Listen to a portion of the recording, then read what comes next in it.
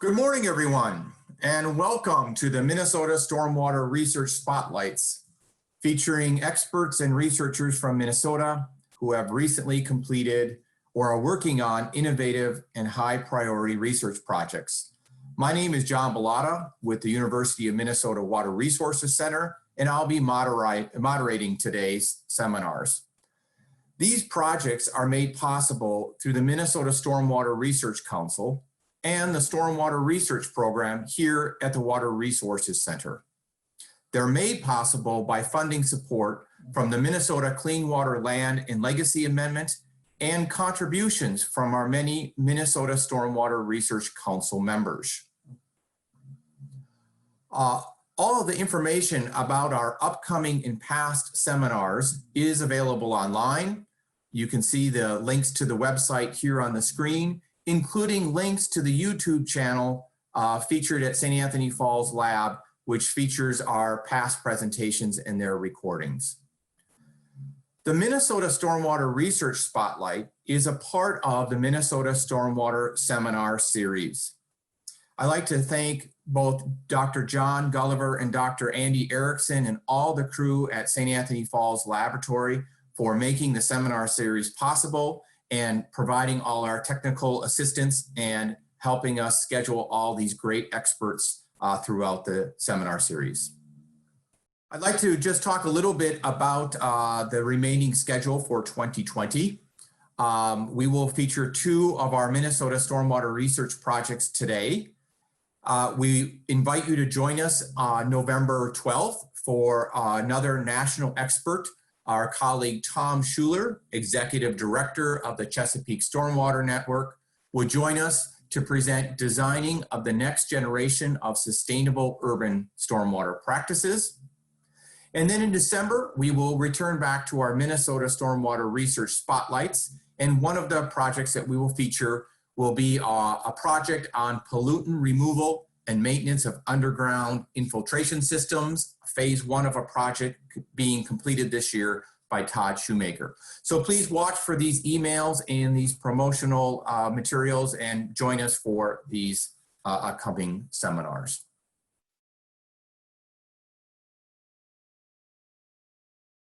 With no further ado, I'd like to go ahead and start introduction to our first presenter today.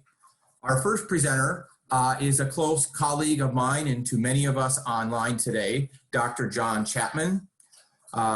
John's work is revolving around sump manholes. His research project was funded through the Minnesota Stormwater Research Council in 2018. And in reflection, I was thinking about this. Some of the research priorities we established through the Minnesota Stormwater Research Roadmap was the characterization of stormwater runoff. His project directly tackles some of that. Please join me in a virtual welcome of Dr. John Chapman. What can we learn from stormwater manhole sumps? All right, thank you, John. And just double checking, looks like everything's set up. Thank you all for the opportunity to be here today. Today I'm going to be talking about a research project that looked at the sediments found in stormwater manhole sumps. And I'm going to begin with a short summary of kind of how we did that, what we were looking at for our research methods. And then I'll go into more of the data we collected and what it really tells us about the characterization of our stormwater, our urban stormwater.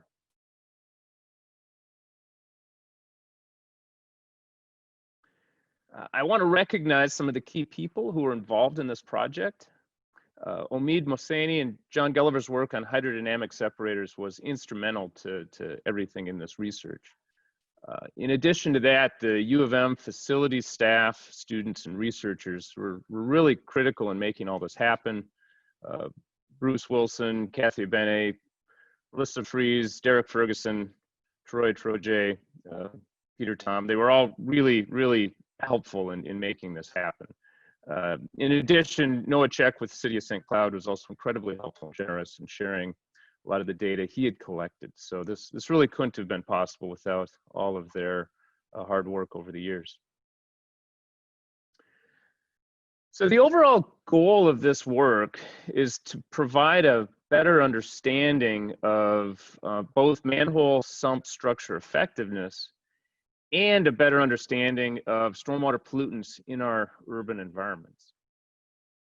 To do this, we looked at sediments that are trapped in manhole sumps in urban environments. We started by mining through 10 years of maintenance records, and then we collected sediment samples and we determined some of the particle size distributions. And then we also monitored a couple of structures through multiple storm events. Then in the end, we used some software modeling to kind of tie all these individual pieces together. And that's really the essence of this project I'm going to be talking about.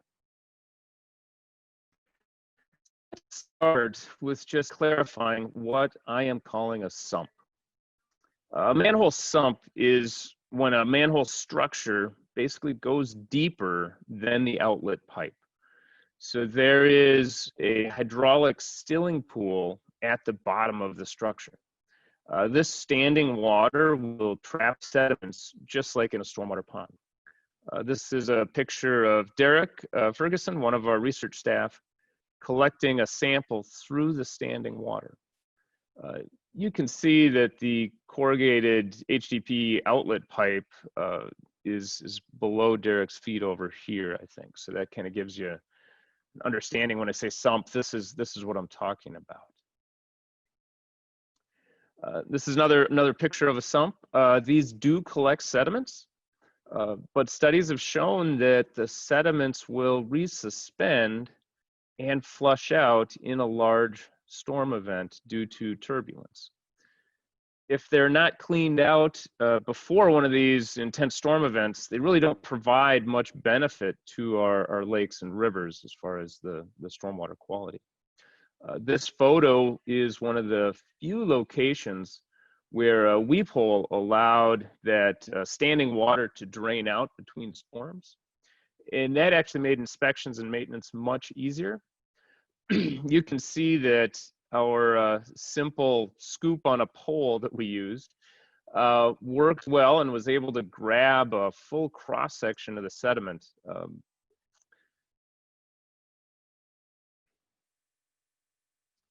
So those are basically sumps. That's what we're looking at.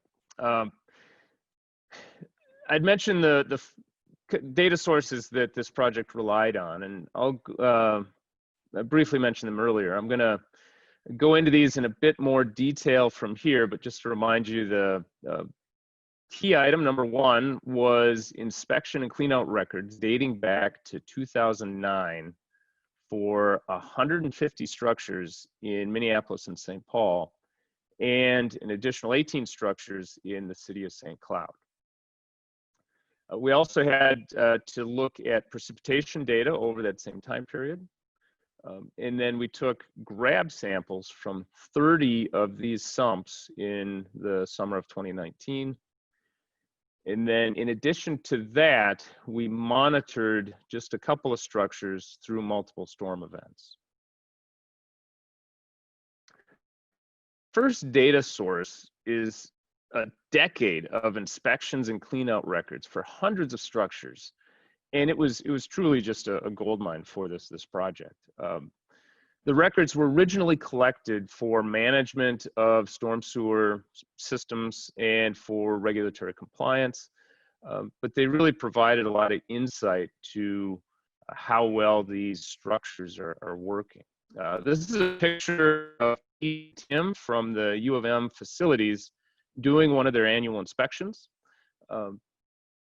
Typical records will have a measurement from the top of the structure casting to the top of the sediment. They will often take the survey story pole and drive it down through the sediments just to confirm the depth that they're measuring. They'll also kind of check around the structure on the different sides to make sure that it's a representative measurement that they're making for that site.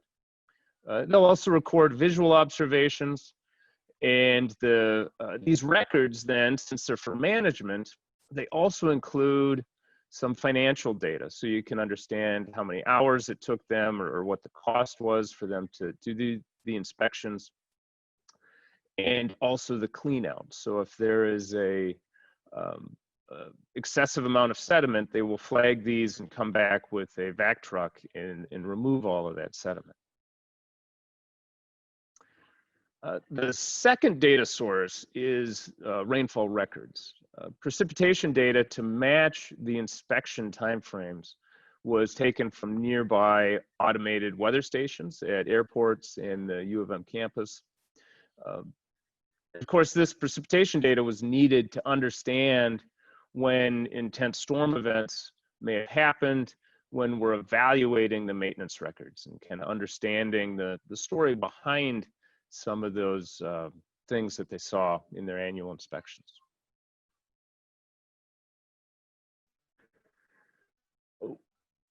The third data source is when we were taking grab samples of sediment from 30 of these sumps.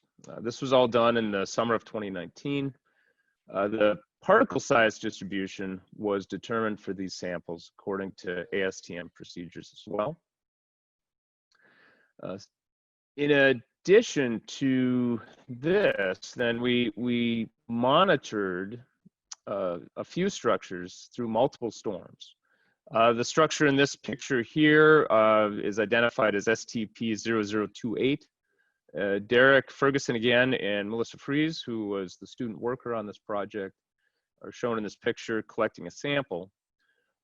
This particular structure was cleaned out actually after each storm event as well for this monitoring. And the water passing out of the structure went through an additional stilling basin to make sure that we collected all the sediments and actually all of the storm water. So from this structure, there's basically a single outlet pipe that goes through the road embankment and shows up in a flat field. So sampling of sediment from stormwater flow is difficult to do right. And we were fortunate to have this structure, this STP-0028, have this arrangement of a single discharge point into this adjacent field. And because of that, we were able to construct a temporary trap large enough to capture the full storm volume of water, so that at the end of the storm event, we would have both all of the sediment and all of the water that went through that storm drain system. And that allows us to say there was little risk of sampling bias of the sediments due to a collection technique. If you're using an ISCO or drawing stormwater in at intermittent periods or pulling it out at different elevations in the water column, any of these things we didn't have to worry about. This photo here of the trap, you can see, shows it consisted of basically a wooden box, and we lined that with a plastic membrane. Then inside of that, we placed a 5 by 5 foot sediment filter bag that you don't see in this photo. But that filter bag was connected by a pipe directly to the outlet of that catch basin. And so after each storm event, Derek and Melissa would have to go out and clean out the manhole sump, take all the sediment that was in there, and then they would take the filter bag, which would sit on top of this pallet here, and they would collect that and bring it into the lab and collect all the sediment that had gathered up into that. They would actually also go back and pump the water down on this once it had settled and all the clear water was removed. And then they would collect the membrane, replace the plastic membrane, and bring the old one into the office and basically dry that out and sweep all the sediment off of that. And so having the full storm volume and the full sediment, we had really good confidence on our sediment concentrations in the stormwater, and our sediment particle size distributions, both captured in the sump and being flushed out of the sump. So those are our key data sources that we're using for this project. At the heart of the analysis of all of this, basically putting all those data sources together, is the Shazam software. The sizing, hydrodynamic separators, and manholes software was developed by Omid Mohseni, who's currently at Bar Engineering. He still maintains this as free software available from that engineering firm website, if you're interested in that.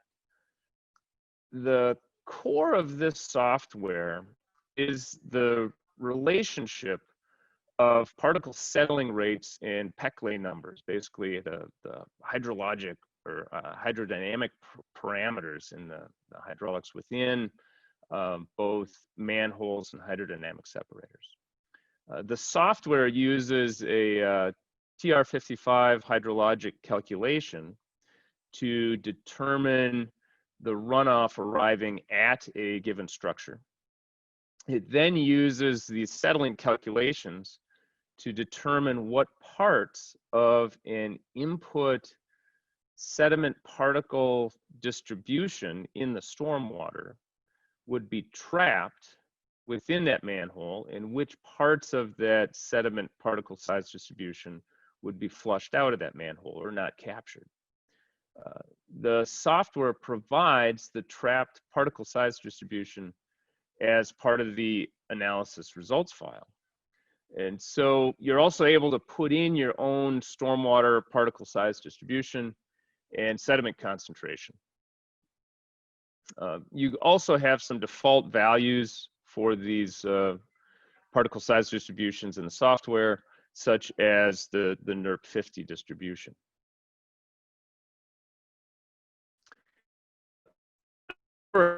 Manhole structures can be evaluated with this model. A lot of these are proprietary, but for this research, we just used the standard sump option over here. So that's kind of in a nutshell, the data that we looked at, how we put it together to come up with some conclusions. So I'm going to jump into those conclusions now. And I'm going to start with some of the observations we can make from just the analysis of the maintenance records. And some of this is also going to be insights from the Shazam modeling. The annual inspection data allowed us to say that for the structures that were looked at, it cost about $140 to maintain these structures each year, kind of per structure per year. $618 per cubic foot would be the cost for that sediment to be removed from these structures. We can also estimate that 0.23 cubic feet of sediment was captured per structure per year. Of course, there was high variability from one location to the other, but on average, if you're just looking at management, about 0.23 cubic feet of sediment would be captured per structure per year. If we think about it in terms of acres of drainage leading to a single manhole, that comes out to about 1.68 cubic feet of sediment captured per acre per structure per year. Now, using the Shazam model, we can estimate that about 3.08 cubic feet of sediment was generated or would be passing through those structures per year per acre. And so that tells us that with the Shazam model, about half of the sediment was actually not being captured in the system. It was passing through, being discharged further downstream. So that is kind of based on an annual inspection target, if that's how you're managing. These are some of the costs and sediment removals that we were seeing. Based on the data, other sites were maybe targeted for twice a year sort of maintenance. And this resulted in a greater chance of the full capture of that sediment. Where inspections happened in twice a year, pretty much we were seeing, and the clean out happened twice a year. So once in the spring, they would inspect and clean out at the same time. And then in the fall, they would inspect and clean out at the same time. From the records we had, those showed basically a complete sediment capture. So that sort of an arrangement is more likely to give full capture of the sediments. With a plan to do a single annual inspection and follow up with a clean out as needed, it appears from these records that some sediment will slip by. As I said earlier, an intense storm event might sweep through and flush those sediments out before the maintenance crew can get to them, is often how that will happen. So even when planning on having an annual inspection, we noticed in the records that other priorities must be coming up, that a maintenance crew that's going to be doing an inspection has maybe a backup or a line break or something like that they have to attend to, and they don't get to those inspections as scheduled, such as an instance where maybe an inspection is done in December of 2020, and then it's followed by an inspection in February of 2012. So it looks like it's about a year, but in actuality, there was no 2011 inspection. So we saw that from the maintenance records, about 23% of the structures that were targeted to be inspected every year were actually inspected about every other year. So I thought that was interesting, how kind of, even though you're planning to do them every year, you might not quite be getting there. So those are some of the basic observations we saw in those inspection records. So I'd mentioned the Shazam model earlier, and one of the input parameters in this model is the influent concentration. Basically, how much grit, how much sediment is in that stormwater. And this screen here shows an input parameter of 100 milligrams per liter being used for this model run. And the question is 100 milligrams per liter the correct value to use? We have the Minnesota Stormwater Manual recommending an event mean concentration of maybe 21 milligrams per liter up to 93 milligrams per liter, depending on the land use. The Minnesota Stormwater Manual also has values from 54.5 milligrams per liter up to 170 milligrams per liter for TMDL modeling of different kind of land uses and situations. So we were using our data to try to get a better handle on what that number, what that input sediment concentration should be. And the Shazam software provides a sediment depth of the captured material in the results. And since we actually knew that sediment depth value from the inspection records, we were able to back calculate the concentration needed to create the observed depth. And so what we were finding is that the average values of between 250 to 450 milligrams per liter were needed to create the sediment volumes that we were seeing in the manholes. So I think some of the recommended input concentration values that I'm seeing in some of the manuals feels a little bit low for urban situations. And I feel something more on the order of 400 milligrams per liter is going to be a better general number for that. The monitored sites where we carefully looked at those sediment concentrations, and we knew that we had full capture. So, you know, these numbers that I just mentioned, 250 to 450, those numbers were determined through the Shazam modeling with 10 years of stormwater records. And there's a fair amount of fuzziness when we're looking at, you know, those data points. But these 4 monitored situations, these handful of monitored situations we did, our concentrations were on the order of, well, 221 milligrams per liter up to 473 milligrams per liter. So again, it's right in that same range that we were getting using the Shazam models. So I think that was really encouraging to see those 2 data points kind of correlate. The Shazam model also, in addition to that input concentration, has the particle size distribution options to it. And so let's look at those a little bit. The software has 5 particle size distributions built into it, but you can input your own as well. The NERP 50 particle size distribution is often used. We measured the PSDs from the sediment trapped, and using Shazam, we could estimate the particle size distributions that should have existed in the stormwater. So basically, we're using the Shazam software backwards. We knew what was trapped in the sump, and the Shazam software in the results file can tell us that particle size distribution of what was trapped in the sump.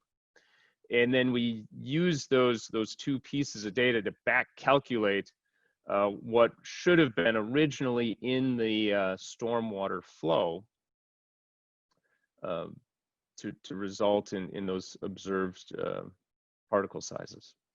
And these were often much coarser than the NERP 50 value. We were using NERP 50 kind of as a standard. So this is a particle size distribution plot. If you're familiar with these plots, you will know that the plotted lines indicate how much of the sand, silt, and gravel, clay particle sizes are in your mix. The lines that are higher to the left up here are going to have more of the clays and silt size particles, and the lines that arc lower down to the right here are going to tend to have the coarser materials, more sands in them. And so what this plot is showing, the NERP 50 is a typical gradation used in these models, and it actually is this blue line right here. And so many of the sites, not many, but several of the sites, few of the sites, do kind of follow that same pattern up in that upper band, where I've kind of tried to group some of these different samples together. So while some sites did have a NERP 50 sort of distribution, many of the sites were much coarser. And so these upper 2 bands of particle size distributions are the composite samples from multiple storm events over multiple years. So that's really tapping into that longer 10-year record. And sometimes the time period between cleanout events could get to be pretty long. So you end up with a composite kind of multiple storm events going on. So the longest record between cleanouts was about 2,900 days. And the shortest interval between cleanouts was 180 days. The structure that had not been cleaned out for almost 3,000 days actually only had 2 inches of sediment in it when it was inspected. So, some of these, just because it's a long cleanout time, they just don't tend to trap much sediment. There was actually another structure that when the inspection records, when it was inspected, it showed 0 inches of sediment depth. It was clean, and it had not been cleaned out for over 3,000 days.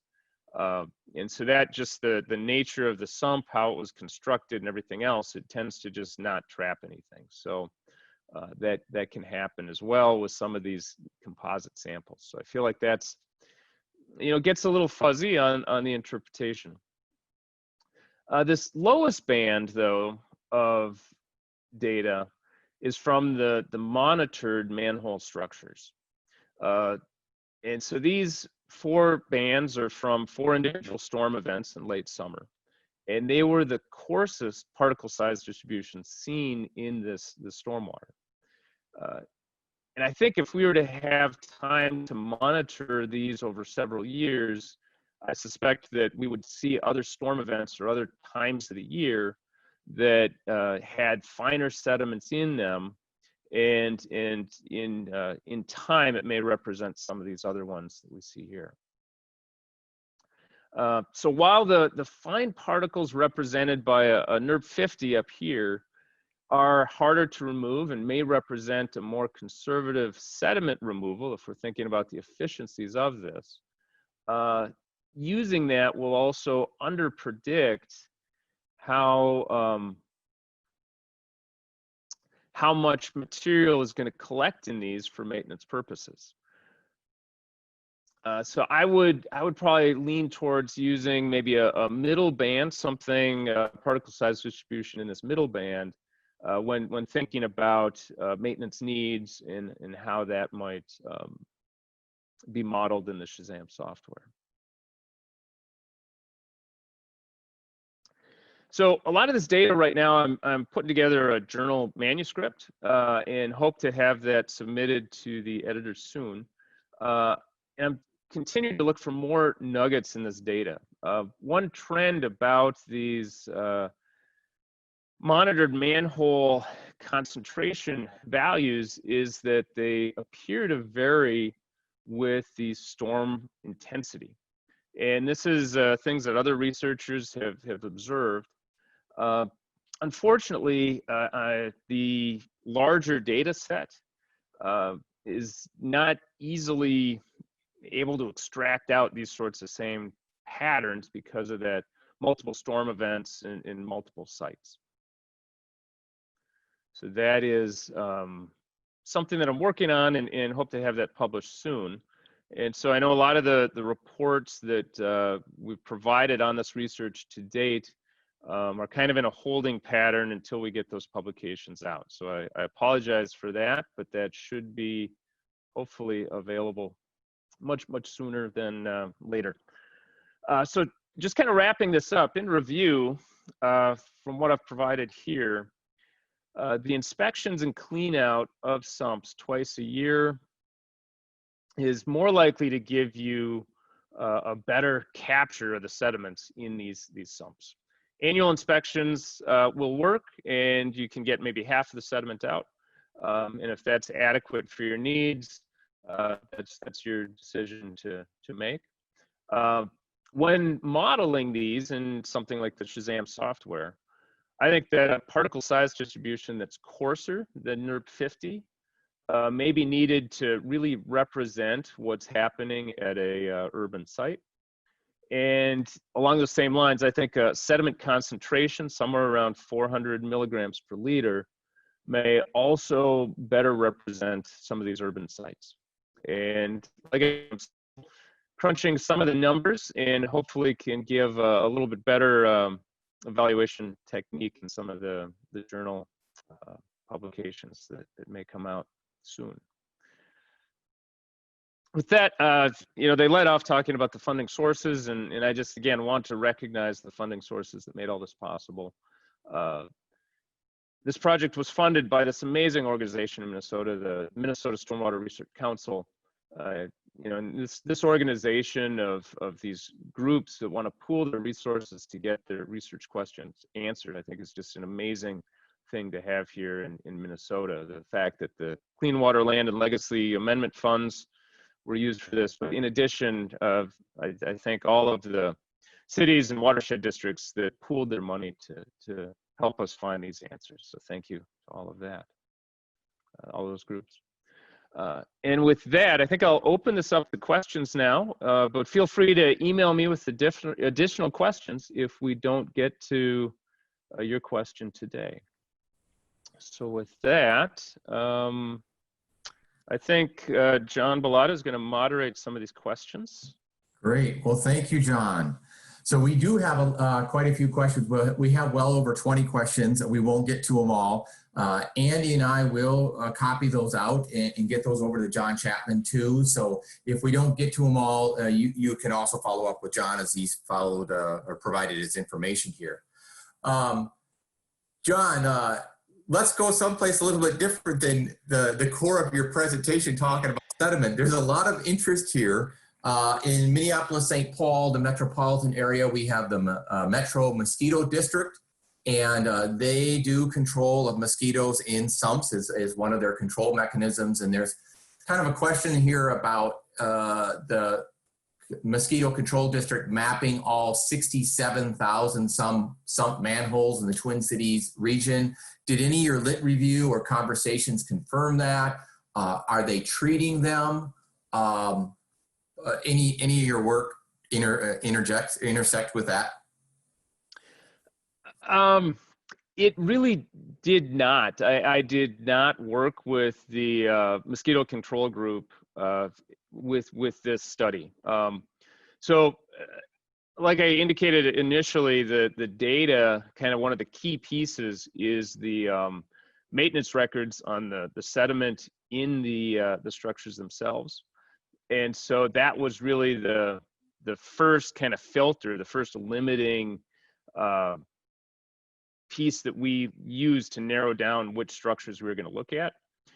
My suspicion is that many of these structures were also being managed by the mosquito control district, where they would come out and put the different mosquito killing pellets into the manhole structures and that sort of thing. But I really didn't get into that or work with them on their observations. My understanding is that they don't inspect these for, deposition or concrete structure quality or those sorts of maintenance needs. They're mainly just focusing on the water and are there any mosquitoes in there. So we really didn't overlap with that group at all. All right, so next question here gets into your sampling methods. Did you verify that your sump sampling method with the pole reflects the distribution of the sediments in the sump?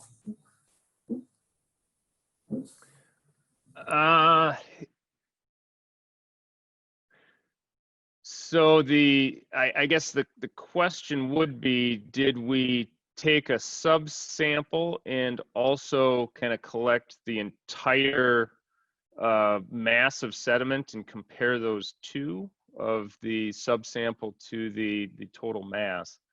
And we did not do that sort of arrangement for the sumps. But we were using we were hoping to use the monitored site to help confirm and verify some of those sorts of relationships. And as you saw in the particle size distribution, when we got into the analysis, those did turn out to be a little bit different.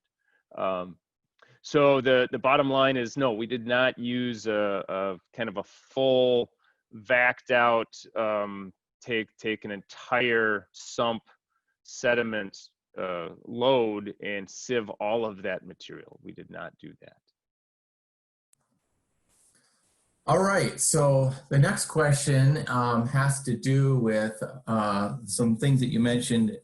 Half the sediment sometimes can be lost, yet if we maintain these systems multiple times a year, we can capture and trap a lot of the sediment.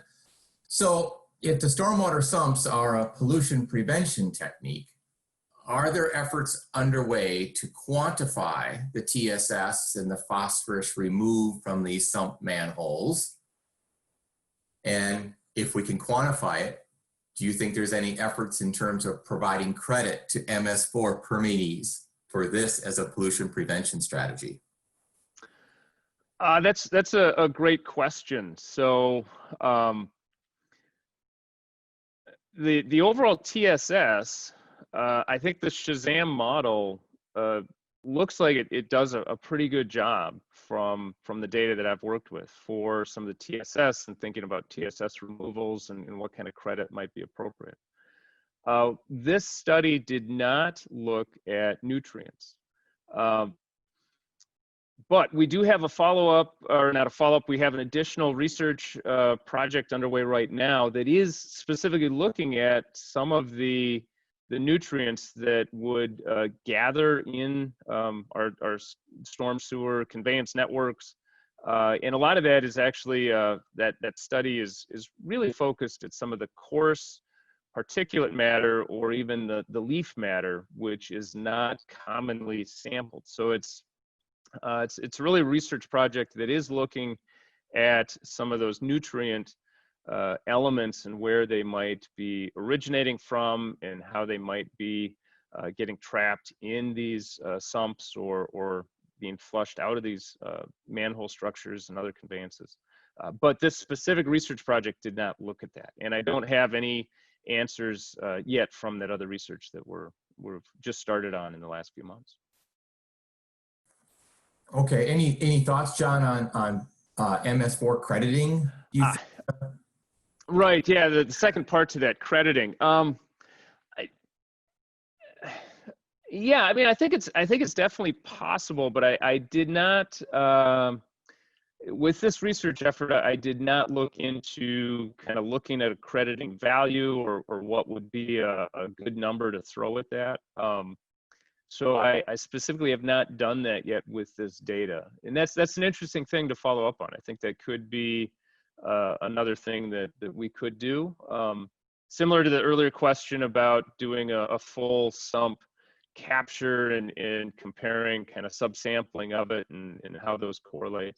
Those could both be really good things to do. Great, and that almost helps us with an introduction to our next presentation. With enough research on some of these stormwater BMPs, can we eventually get to regulatory credits and what have you? But we'll work on that in the next presentation. But John, you did mention something in your last response there about sediment and organic. So I'm going to tackle this question here about, it says, when you talk about sediment, are you talking about only the inorganic portion, or are you lumping organic volatile together with inorganic? That is a great question, and yes, this research that we that I spoke about today was focused on the inorganic materials, and the research that I mentioned earlier that we're just starting, that is really focused more on the organic materials. So what I presented so far is really just focusing on the inorganic materials that are being trapped and collected in those stormwater sumps and manholes. Great. Well, we have time for just a couple more questions, perhaps. What was the approximate variability of depths of sumps, and how did you account for that variability? That's a great question. And I would say that the variability was really amazing. And partly because, say, the city of Minneapolis sites in particular, it's a very old system. So there's a lot of manhole structures that have been retrofit. They're maybe originally constructed for some purpose, and then the storm sewer system was changed. And so there are some really deep sumps, like 8-foot deep sumps, right? A typical sump is on the order of maybe 18 inches to 36 inches. And I would say a majority of the sites did have those sorts of structures in them. But occasionally we did find there were structures that had like an 8-foot deep sump or a 5-foot deep sump. And again, it's a remnant from some earlier geometry where, you know, the pipes went some direction and then 30 years ago, they reconstructed and put in some different pipes. So the variability was very large. And how we dealt with that was really using the Shazam software. And that allows for the specific values of the sumps and the hydraulic calculations and settling depths and retention times are all really accounted for in that model. So that's really the core of the analysis of this. Really relies on those hydraulic calculations to make those sorts of corrections and adjustments. Well, great. Well, thank you, John. Unfortunately, we are all out of time. We do have many more questions. Again, we'll capture those and forward those on to John Chapman. Feel free, as John invited you, to reach out to him or Rebecca for additional questions. So join me in a virtual applause for Dr. John Chapman and his great presentation. Thank you. Today.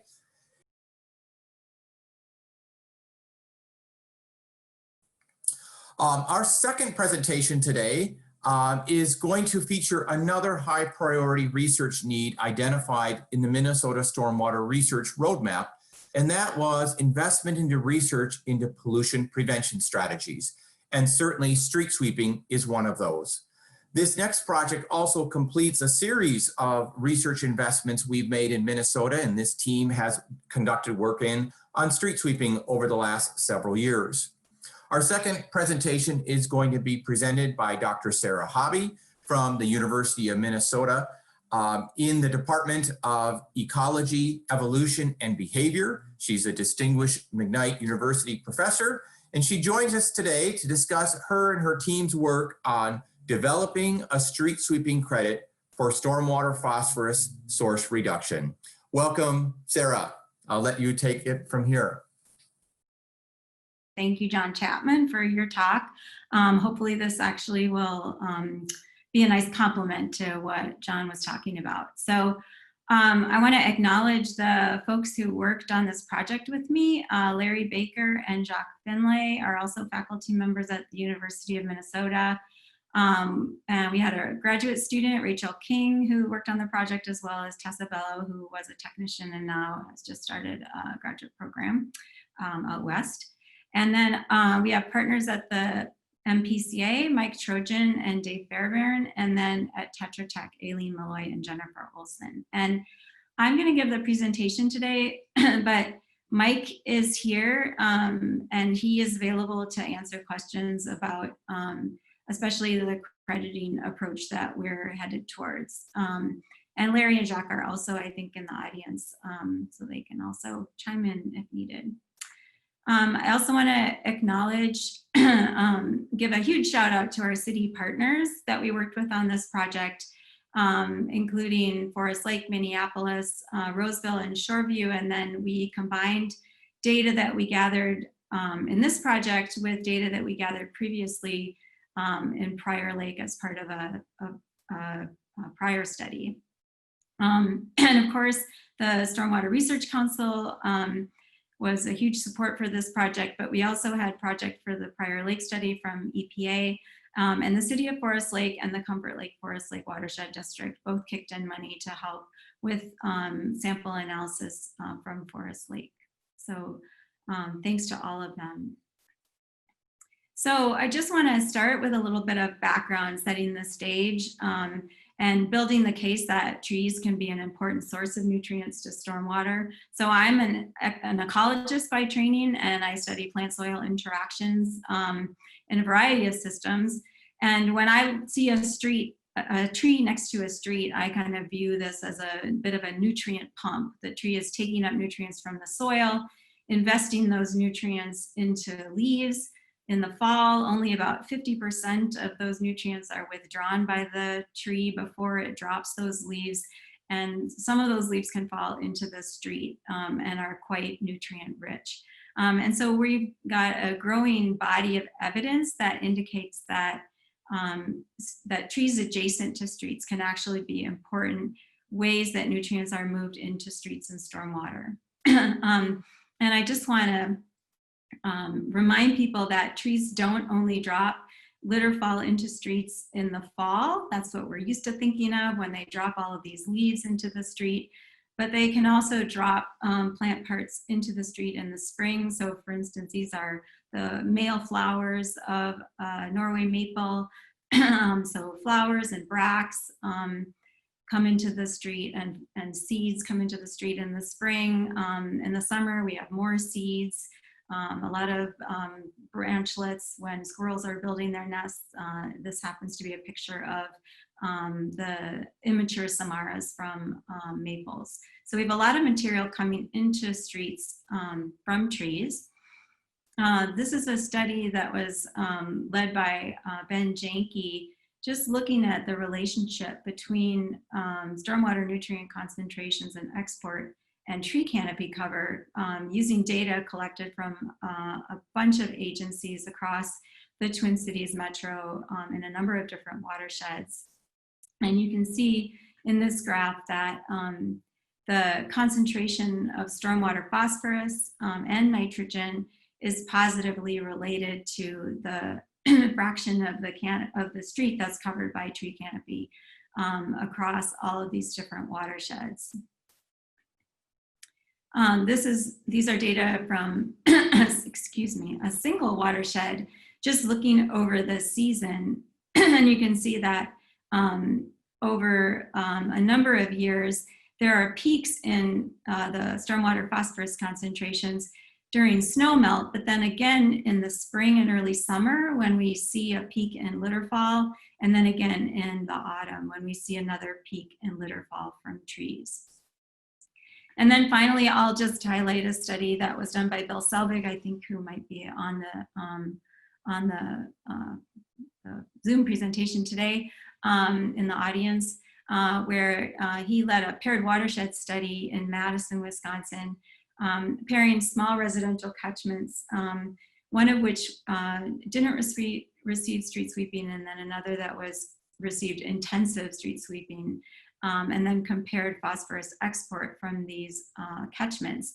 And so this just shows the total phosphorus yield in the control catchment that didn't have street sweeping and leaf removal, and then a treated catchment that had this intensive sweeping and leaf removal. And you can see that there was a great reduction in phosphorus export with this intensive sweeping and leaf removal, particularly in the fall, which is the green stack, but also in the spring and somewhat in the summer. So all of these lines of evidence suggest that enhanced street sweeping could be an important management tool for improving stormwater quality. And so by enhanced street sweeping, what I mean is street sweeping that targets the peak times of litterfall, so particularly autumn, but also potentially late fall or late spring and early summer. Street sweeping that targets high canopy cover streets, that has a high frequency of sweeping, and also that optimizes sweeper type for litter removal. And I'll just highlight another result from some work that we did previously as part of the Prior Lake street sweeping study. So this was a study done in partnership with Prior Lake. Ross, I'll give a shout out to Larry Baker, Ross Bittner, and Paula Kalinowski, who I think are in the audience today, who all played an important role in this project. And one of the things we did in that project was to actually calculate the cost effectiveness of removing phosphorus using street sweeping. And what this graph shows is a comparison between a low canopy sweeper route in this dashed line, and then a high canopy sweeper route in the solid line.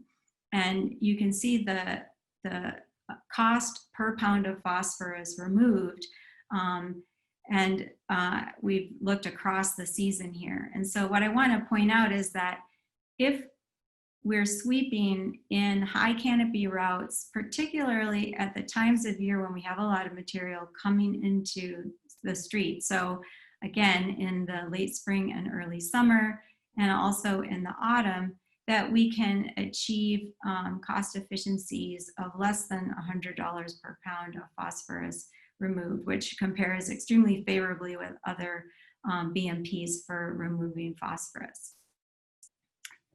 So in the Twin Cities, at least, a lot of cities are sweeping large parts of the city, only twice per year. And we estimate that that removes only about 8% of the phosphorus that falls into the street in litter fall. So we have these advantages to enhance street sweeping. It's cost effective for pee removal if targeted appropriately. And relevant to John Chapman's presentation, it actually can reduce then solids loading downstream and reduce maintenance needs for BMPs like the sumps that John was talking about. But what are the barriers to enhance street sweeping? Why are cities doing more of this street sweeping in these high canopy areas?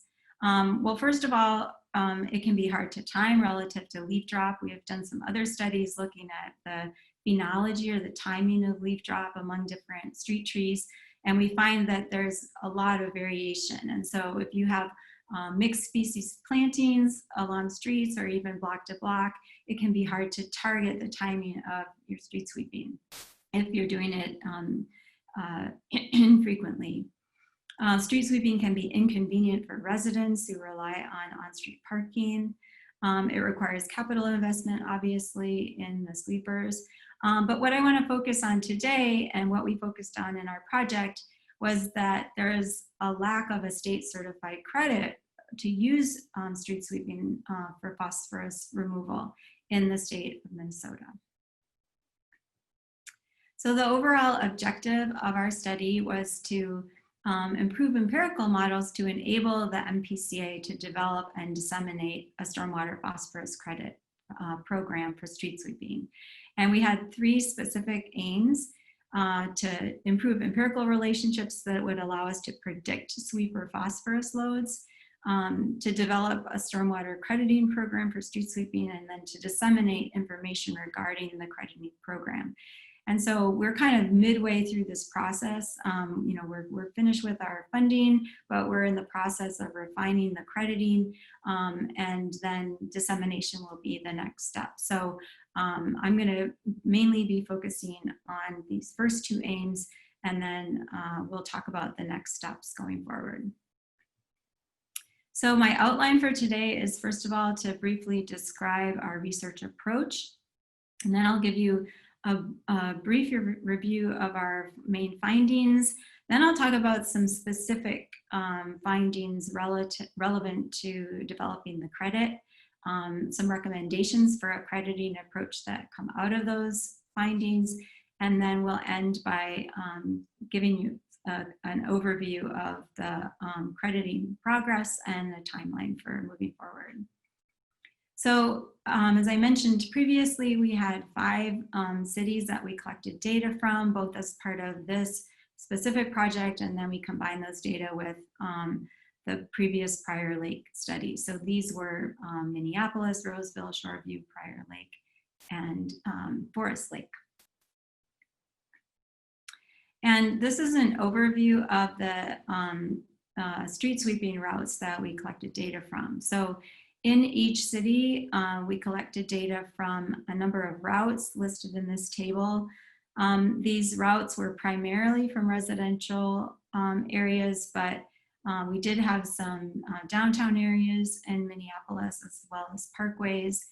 One of the things that we were most excited about in this project was that it allowed us to expand the canopy cover of the routes that we sampled. So in the Prior Lake study, the maximum canopy cover was about 19%, but we had routes with higher canopy cover in this study. So we are building a database now of street sweeping analyses from a variety of diverse routes. The frequency of sweeping varied. So for example, Roseville swept 4 times over the warm season, basically, but other routes were being swept much more frequently. So we had a range of frequencies. We also had a mixture of sweeper types, and most of the data that I'll present today come from either regenerative air or mechanical broom sweepers. A lot of these cities are also using vacuum sweeping in the fall, just for the autumn period. And then the sweeping period was basically from spring till fall for all of these cities. So what we did was we partnered with the cities. They collected the material through their regular street sweeping operations. And then they put that material aside in a pile for us to subsample. So I've got a couple of pictures of example piles that were set aside by the cities of Minneapolis and Roseville. All of the cities except one also weighed the sweeper load. So they got a wet mass of the sweeper load. And then we subsampled the pile to get a representative sample. We either froze it if we had any delay in processing, or we processed it right away. And then we used a processing scheme that we had developed previously in the Prior Lake study to account for the heterogeneous nature of the street sweeping material. So we determined the % moisture on the sample. And then we also had a separation scheme that allowed us to measure separately the coarse organic fraction, which is primarily leaf litter, and then the fine sediment fraction for both total mass, total phosphorus, total nitrogen, and carbon.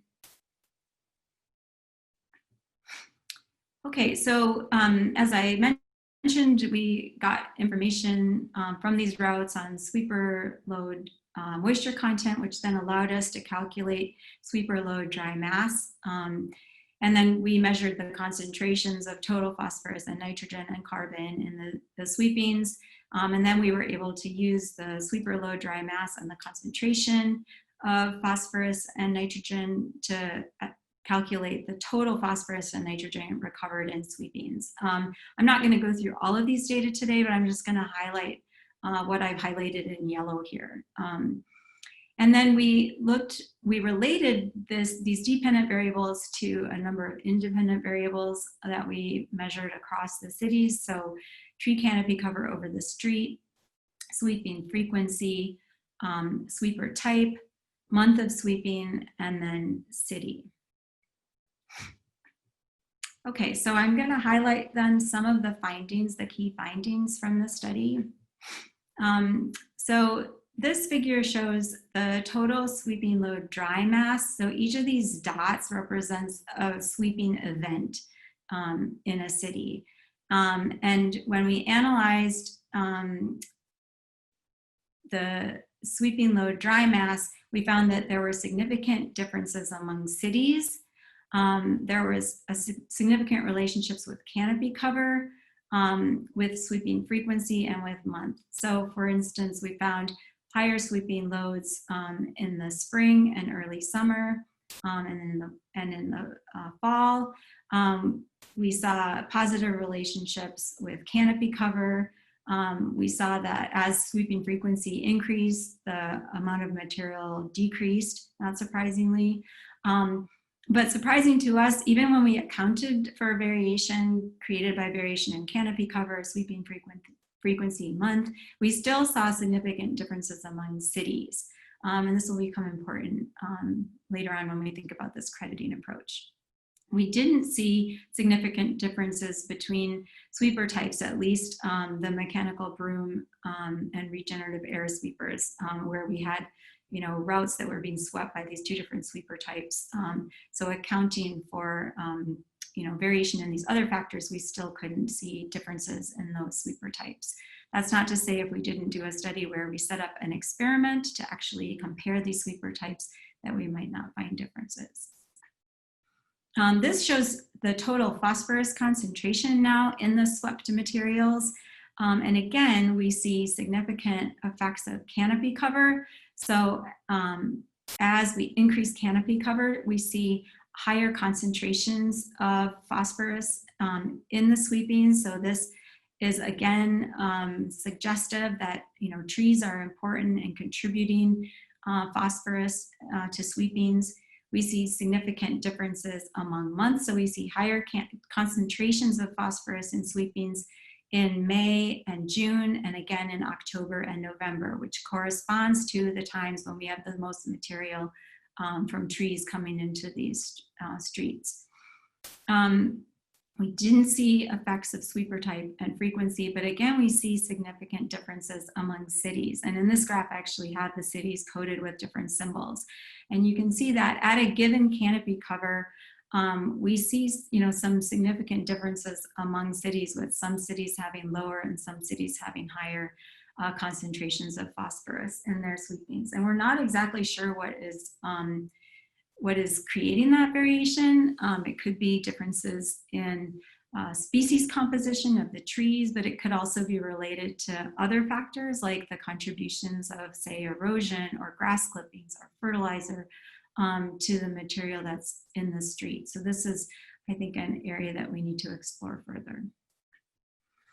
Finally, so then if we put the sweeper low dry mass together with the concentrations, we can calculate the total phosphorus that was recovered in sweepings. And so again, not surprisingly, then we see similar variables popping out, where we see effects of canopy cover, effects of time of the year, month being important, and effects of sweeping frequency. Here we don't anymore see an effect of city, and we still don't see an effect of sweeper type.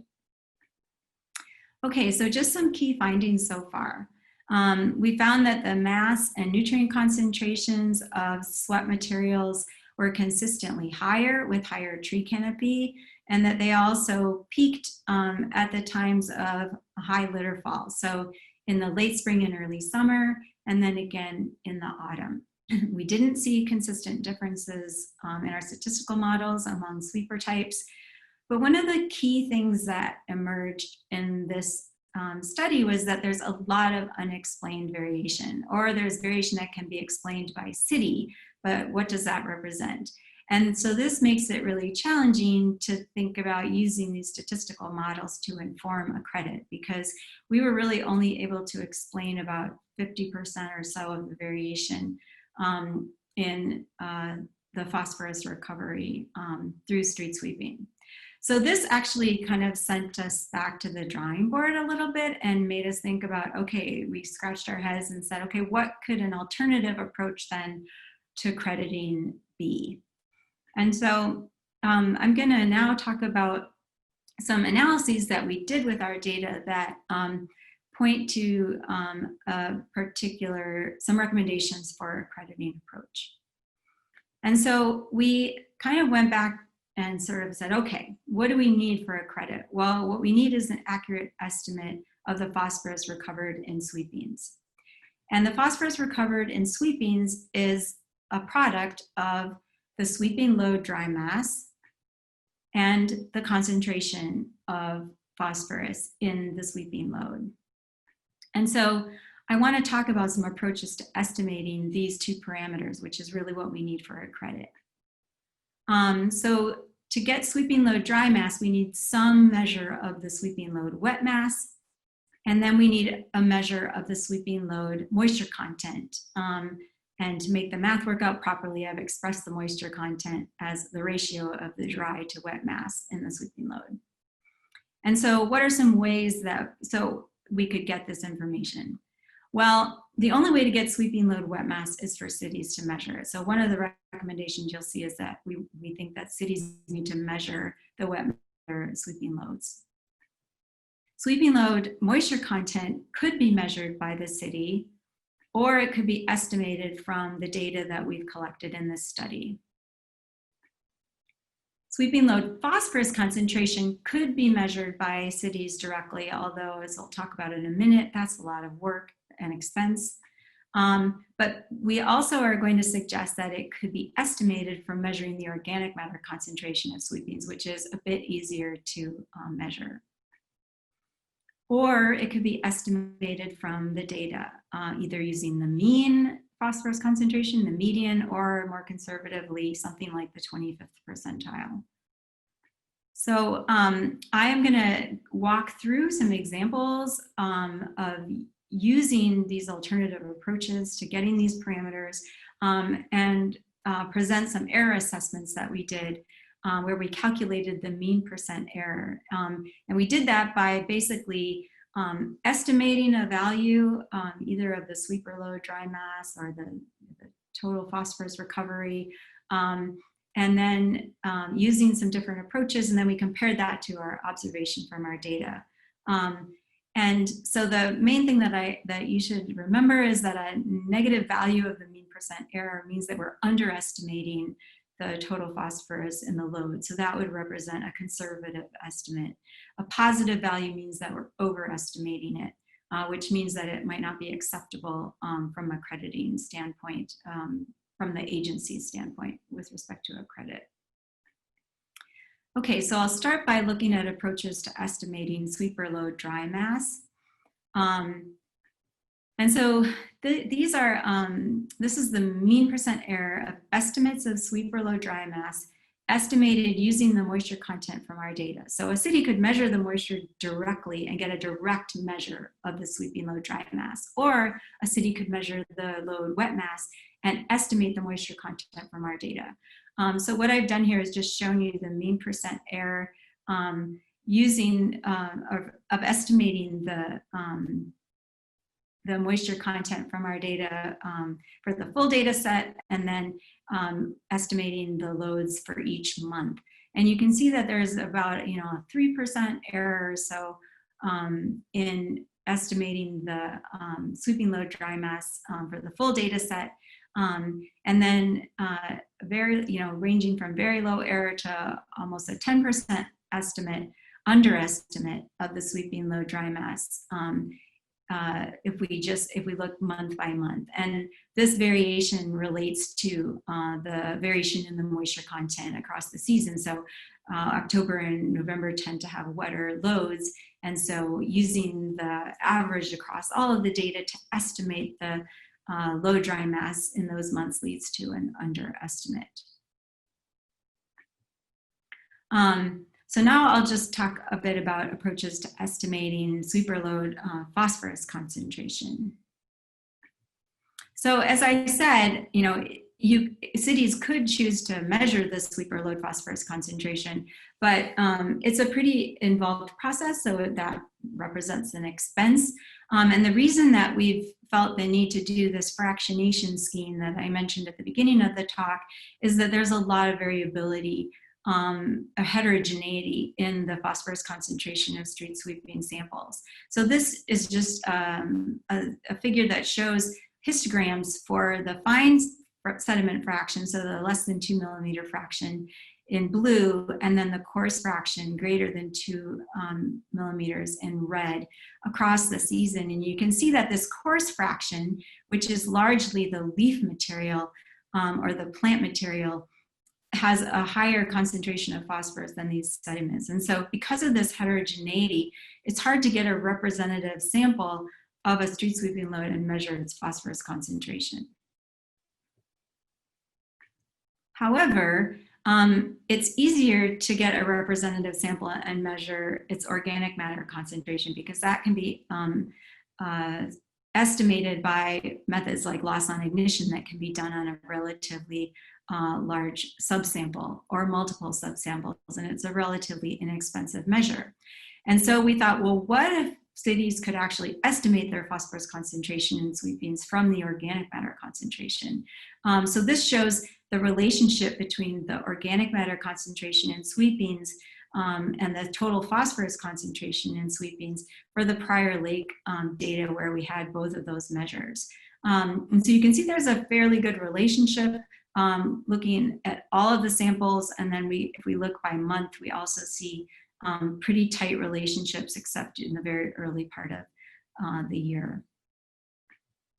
And so this figure shows basically the observed or measured phosphorus recovery per sweep versus the phosphorus recovery per sweep estimated by using this total phosphorus organic matter concentration relationship to estimate the phosphorus concentration from the organic matter concentration.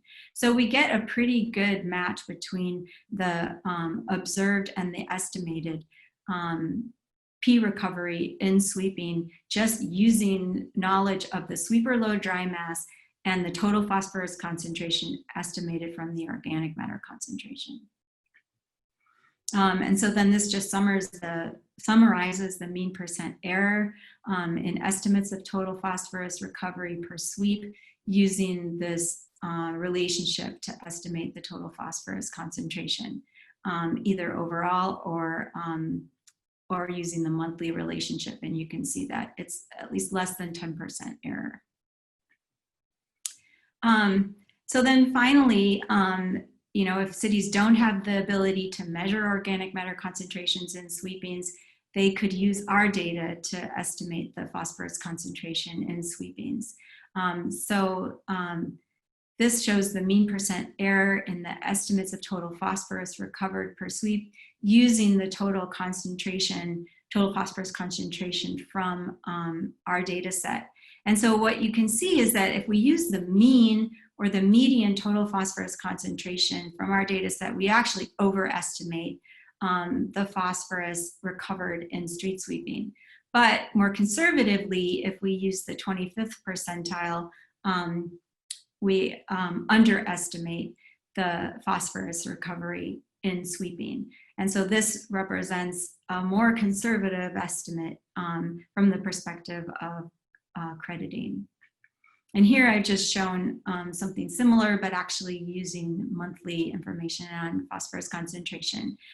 Again, either using the mean from our data set, the median, or the 25th percentile to estimate the phosphorus concentration in order to estimate the total phosphorus recovery. And so the main thing to notice is that if you look at the blue rows, which are the 25th percentile estimates, they're always underestimating the total phosphorus recovery compared to using either the mean or the median. Okay, so just to summarize these findings, we found that the sweeper load dry mass can reasonably be estimated from the sweeper load wet mass using moisture data that we've collected. More accurately, it could be more accurately determined by actual measurements of this load moisture content. The sweeper load phosphorus concentration is expensive to measure directly because it's a time-intensive process to do this fractionation scheme. But it can be accurately estimated from measurements of percent organic matter, which are cheaper to do. And then using the mean or median total phosphorus concentration from our data set sometimes leads to overestimates of phosphorus removal. Using the 25th percentile total phosphorus concentration provides a conservative estimate of phosphorus removal. Okay. So our recommendations then for a crediting approach are that cities will need some estimate of a load wet mass, that they can estimate load dry mass using measures of the load wet mass and publish moisture data, for example, from the data that we've collected, or they could measure moisture content directly to obtain a more precise measure of the load dry mass. Cities will need some estimate of total phosphorus concentration of sweepings, and they could either estimate total phosphorus concentrations using published data, which would mean that they likely wouldn't get as much credit for phosphorus removal, or they could make measurements of percent organic matter to estimate total phosphorus concentrations and obtain more credit for phosphorus removal. So I want to end by just talking a little bit about the crediting progress and the timeline.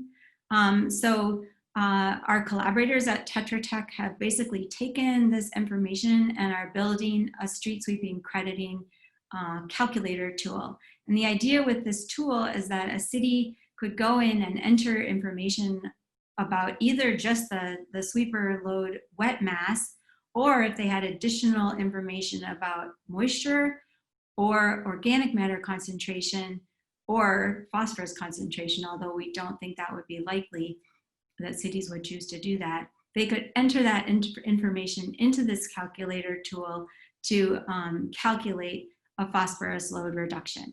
If they didn't have any of that information, they could use the P8 model to estimate phosphorus load reduction.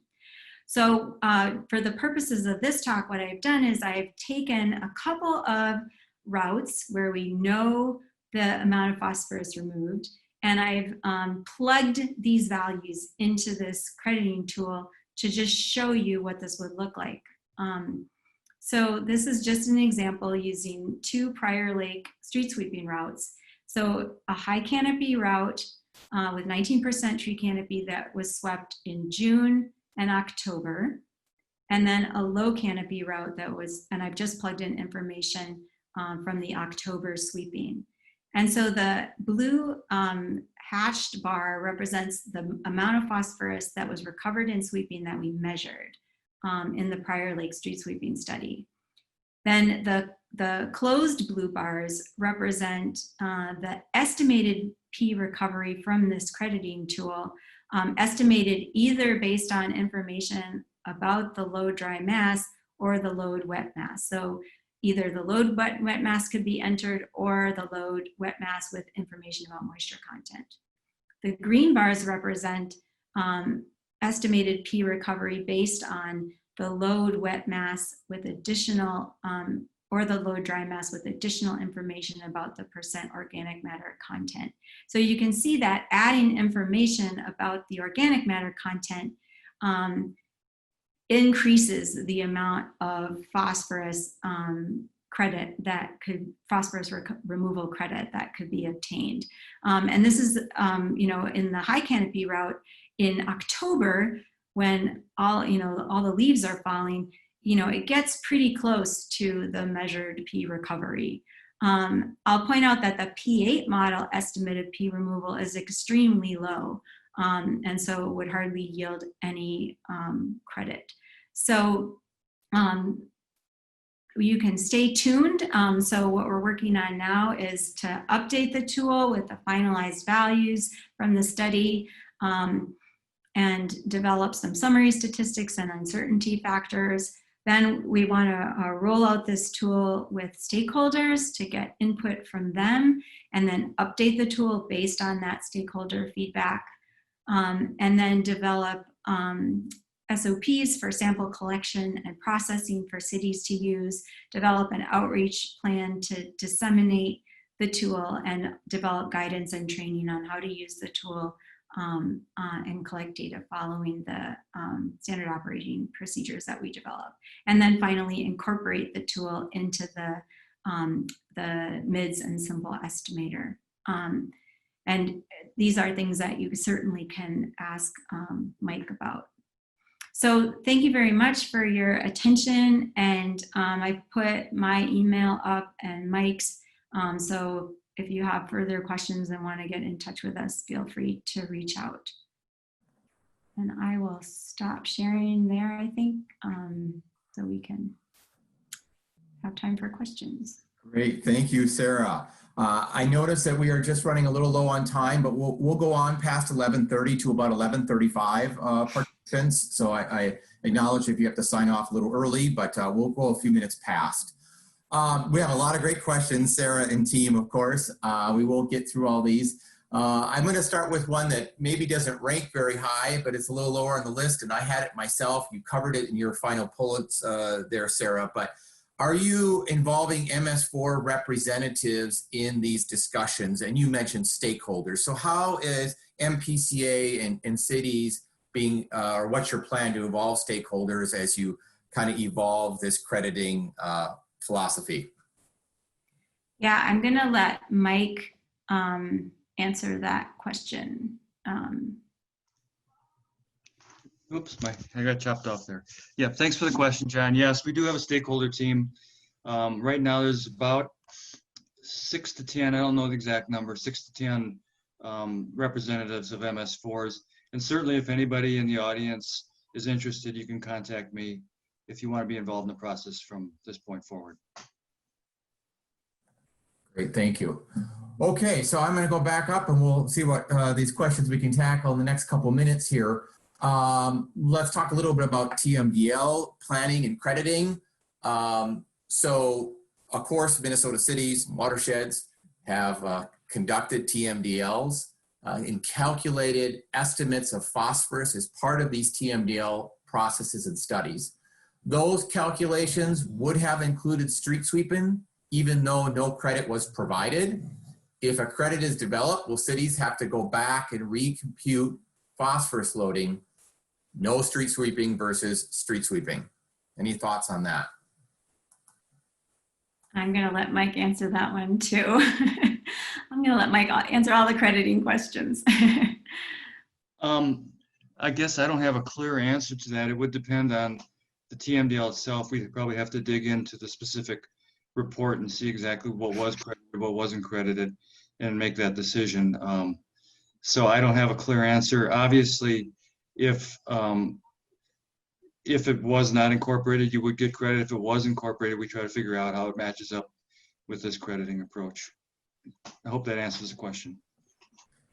And it seems to be, from my experience, if these TMDLs have implementation plans, it might be those implementation plans that might need to be modified. Yeah, that's true. One thing I should add is one of the reasons we really thought this was an important credit, not just from a cost standpoint, but because it really gets at dissolved phosphorus too. Organic material is an important source of dissolved phosphorus, and we know that that's the most bioavailable form. So that's one of the reasons we really want to push street sweeping. So, and TMDLs don't differentiate between dissolved and particulate phosphorus when they write through loads. Well, great. Well, since you mentioned cost, we'll go to a question about cost. Can you, either of you, discuss the unit costs for removing phosphorus from stormwater systems by street sweeping? Is our understanding that these unit removal costs are very low? Street sweeping, you get more bang for the buck. Can you talk any more about unit costs per neighborhood, or just the unit cost for removing phosphorus from street sweeping? I'm not sure I can say anything more than what I said previously. So we have done these analyses for different routes as part of the prior lake study. So I think if you're talking about scaling that up, then it's really going to depend on the the configuration of the routes, and whether you've got routes that can be swept consecutively that are in high canopy neighborhoods, for instance. I'm not sure if that's that helpful, but yeah, I mean, I think what we've shown, we do have a tool, a calculator tool that was developed as part of the prior lake study that's on the Stormwater wiki page that you can download, that you can use actually for calculating costs. So by entering information on routes and frequency and that sort of thing. So I would point you to that. I don't know if like Larry or somebody could grab it and stick it in the chat, but that is on the Stormwater wiki and is a tool that can be used for planning purposes that can help with cost estimations. Great resource, and if you can't find that, I just encourage you to email Mike Trojan or even myself, and we can get you pointed to the Stormwater manual wiki page. Let's go to another question here. Do any of the cities vary their street sweeping based off season? For example, sweeping after leaf collection in the fall. So varying approaches from cities. Yeah, so I would say that all of the cities vary their approach to leaf collection in the fall. So some of the cities use vacuums in the fall. A lot of the cities are actually collecting material and putting it into dump trucks. So yes, I think all of the cities are varying how they do their collection in the fall, at least the cities that we've been partnering with, but they're doing it in somewhat different ways. I should also point out that if we did a survey before the study got started, and I have that information, so it's not perfect, but it does give an indication of how cities are sweeping. Great. Let's see if we get a couple more questions in here. Sarah, in your graphs, you mentioned about using a different percentile estimates for phosphorus recovery. Then you mentioned 25th. Why not use a different percentage, such as the 40th percentile, to get a more accurate phosphorus recovery?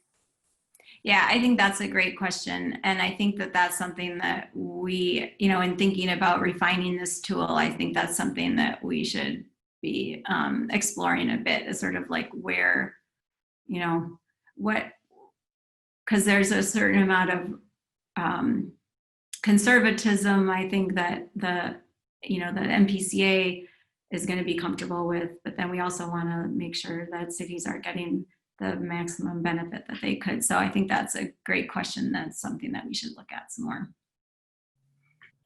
Well, great. Well, we won't be able to get through the other questions that have been posted here, but we will provide those to Sarah and Mike and the team, and we encourage you to follow up with both of them. But please join me in a virtual thank you to Sarah for leading our presentation today, and for Mike for taking some of our tough questions on crediting. So thank you very, very much.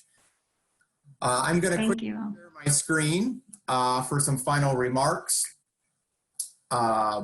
So I'd encourage everyone to check out the presentation for this recording, as well as the research project final reports that will be posted on the Stormwater research page. You can get to that through any of these links here. Encourage you to join us for our next seminar, which will be November 12th. And I also encourage you to take a look at our new Minnesota Stormwater Research Program Highlight, or our program summary for 2019-2020. That's available online. You can follow the link here. So I want to thank especially to John Chapman and Sarah Hobbie for presenting today, and for all of you for participating and providing us questions. Thank you very much. Please access the website for additional information. Contact us for additional questions. Thank you all. Have a great morning.